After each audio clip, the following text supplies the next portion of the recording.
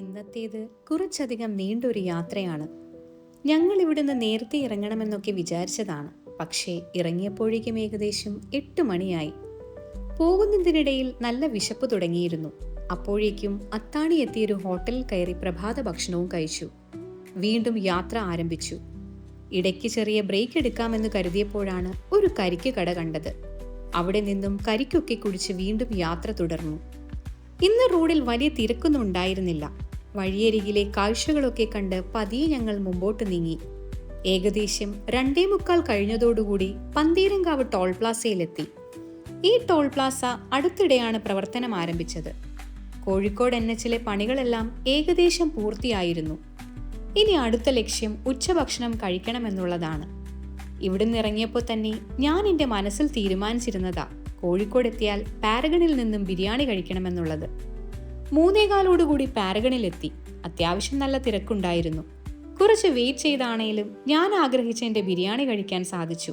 വിശപ്പിന്റെ വിളി കൊണ്ട് പെട്ടെന്ന് തന്നെ ബിരിയാണിയുടെ ഒരു ചെറിയ പോർഷൻ ഞാൻ അകത്താക്കിയിരുന്നു.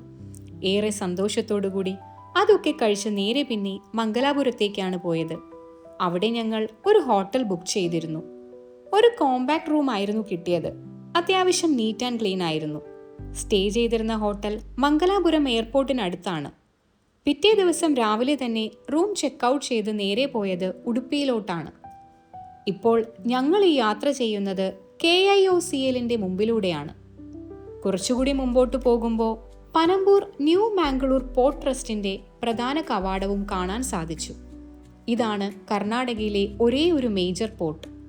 ഇവിടെയാണ് കപ്പലുകൾ വന്നടുക്കുന്നത്. അടുത്തതായി ഫുഡ് സ്റ്റോപ്പ് ആയിരുന്നു.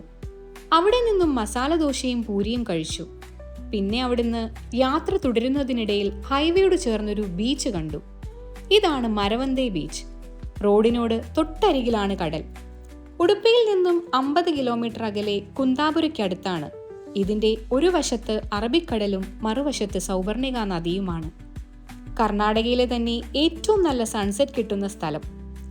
നിറയെ ടൂറിസ്റ്റുകൾ വരുന്നൊരു ബീച്ച് കൂടിയാണ്. വീണ്ടും യാത്ര തുടർന്നുകൊണ്ടേയിരുന്നു. ഇനി അടുത്തതായി കുറച്ച് പ്രകൃതി സൗന്ദര്യമൊക്കെ ആസ്വദിച്ചിട്ടുള്ള ഒരു യാത്രയാണ്. ചുറ്റും പച്ചപ്പ് മൂടിയ വഴികൾ. ഈ യാത്ര ചെയ്യുന്നത് ജോഗ് വാട്ടർഫോൾസ് കാണാൻ വേണ്ടിയായിരുന്നു. പോകുന്നതിനിടെ ഗൂഗിൾ മാപ്പ് ഞങ്ങളെ ചെറുതായി ഒന്ന് വഴി തെറ്റിച്ചു വിട്ടു. പിന്നെ ഇവിടെ കണ്ട 2-3 ആൾക്കാരോട് വഴി ചോദിച്ചാണ് ഇങ്ങോട്ടേക്ക് എത്തിയത്.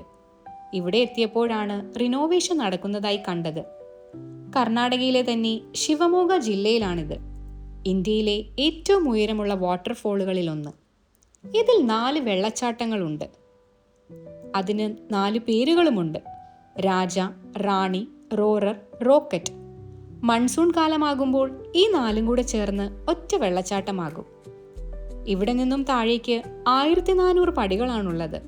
റിനോവേഷൻ നടക്കുന്നതുകൊണ്ട് ഇപ്പോൾ അങ്ങോട്ടേക്ക് പ്രവേശനമുണ്ടായിരുന്നില്ല. വേനലായതുകൊണ്ട് തന്നെ നീരൊഴുക്കും കുറവായിരുന്നു.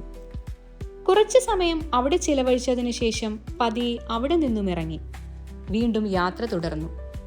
ഏകദേശം 5 മണിയോടുകൂടി കർണാടക കുംത ടൗണിൽ നിന്ന് 11 കിലോമീറ്റർ മാറി സ്ഥിതി ചെയ്യുന്ന മിർജാൻ ഫോർട്ടിലെത്തി. 16-ാം നൂറ്റാണ്ടിൽ കാർവർ രാജ്ഞി പണിതതാണിത്. പിന്നീടിത് ബിജാപൂർ സുൽത്താൻമാരും കേളതി നായകരും ഹൈദരലിയും ടിപ്പു സുൽത്താനും ബ്രിട്ടീഷുകാരും ഒക്കെ ഭരിച്ചിരുന്നു. സുഗന്ധവ്യഞ്ജന വ്യാപാരത്തിനു വേണ്ടി ഉണ്ടാക്കിയ കോട്ടയാണിത്. അന്നത്തെ പ്രധാനപ്പെട്ട ഒരു തുറമുഖവുമായിരുന്നു. 10 ഏക്കറിൽ ഗോകർണയ്ക്കടുത്താണ് ഈ കോട്ട സ്ഥിതി ചെയ്യുന്നത്. 4 പ്രവേശന കവാടമാണ് ഇതിൽ ഉണ്ടായിരുന്നത്. അതിൽ പ്രധാന കവാടം മാത്രമാണ് ഉറപ്പോടുകൂടി ഇപ്പോൾ നിൽക്കുന്നത്. ഇതിൽ വലിയ കിണറുകളും കൊത്തളങ്ങളും ഒക്കെയുണ്ട്. ഈ കൊത്തളത്തിൽ കയറിയാൽ തെങ്ങിൻ തോപ്പ് കാണാൻ സാധിക്കും. അണ്ടർഗ്രൗണ്ട് പാസേജസും ഉണ്ടായിരുന്നു എന്ന് പറയപ്പെടുന്നുണ്ട്.